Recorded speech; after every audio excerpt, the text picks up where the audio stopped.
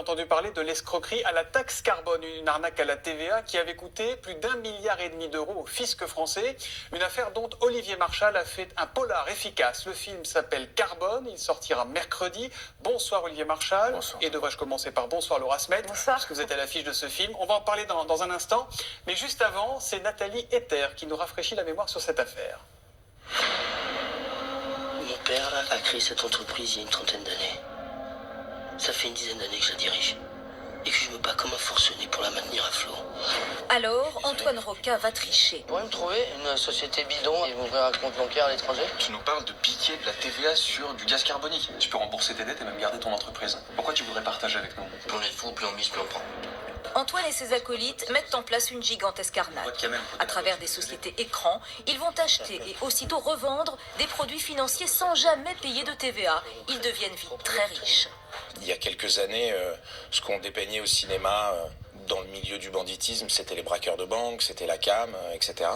Aujourd'hui, les escrocs sont derrière un ordinateur et alignent des 0 et des 1 pour gagner de l'argent. Le film d'Olivier Marchal est basé sur des faits réels, l'escroquerie à la taxe carbone.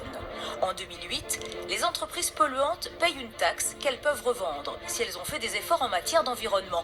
Dans ce cas, elles ont 6 mois pour payer la TVA. C'est la brèche dans laquelle s'engouffrent les escrocs. Sans jamais rien reverser au fisc, ils vont multiplier achats et revente de taxes. Le bénéfice est vertigineux.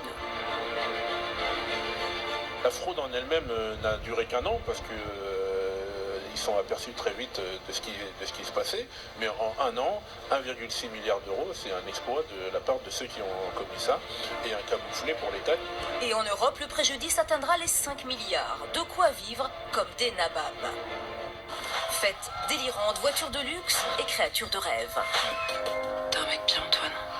T'es le premier mec bien que je rencontre dans ma vie. Carbone nous raconte la grandeur, puis la décadence des voyous d'aujourd'hui. Une véritable histoire de cinéma que seule la réalité peut inspirer. Et pour la fiction, ça se passe donc dans Carbone à partir de mercredi sur les écrans.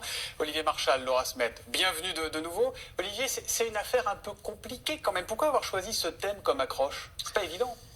Je suis très heureux déjà que votre collègue l'ait expliqué parce que c'est vrai que c'est un peu rébarbatif.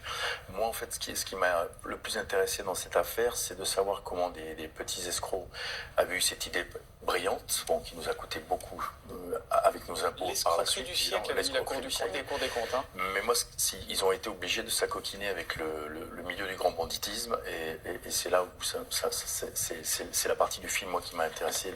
Il faut rassurer les spectateurs, même quand on ne connaît rien à l'histoire, on comprend totalement et on rentre dans ce polar. L'affiche est belle, Laura Smet, Benoît Magimel qui joue formidablement bien, vraiment qui porte le rôle. Gérard Depardieu, Michael Youn, on l'a vu. Vous, Laura Smet, vous y incarnez Noah, donc la compagne discrète du personnage principal.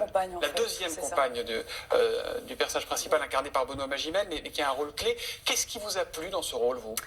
Parce que c'est un personnage qui subit, c'est le seul personnage féminin en fait qui subit, qui est un personnage ils se rencontrent dans le milieu de la nuit, ils sont tous les deux assez désespérés et ils essaient de se sauver mutuellement en fait.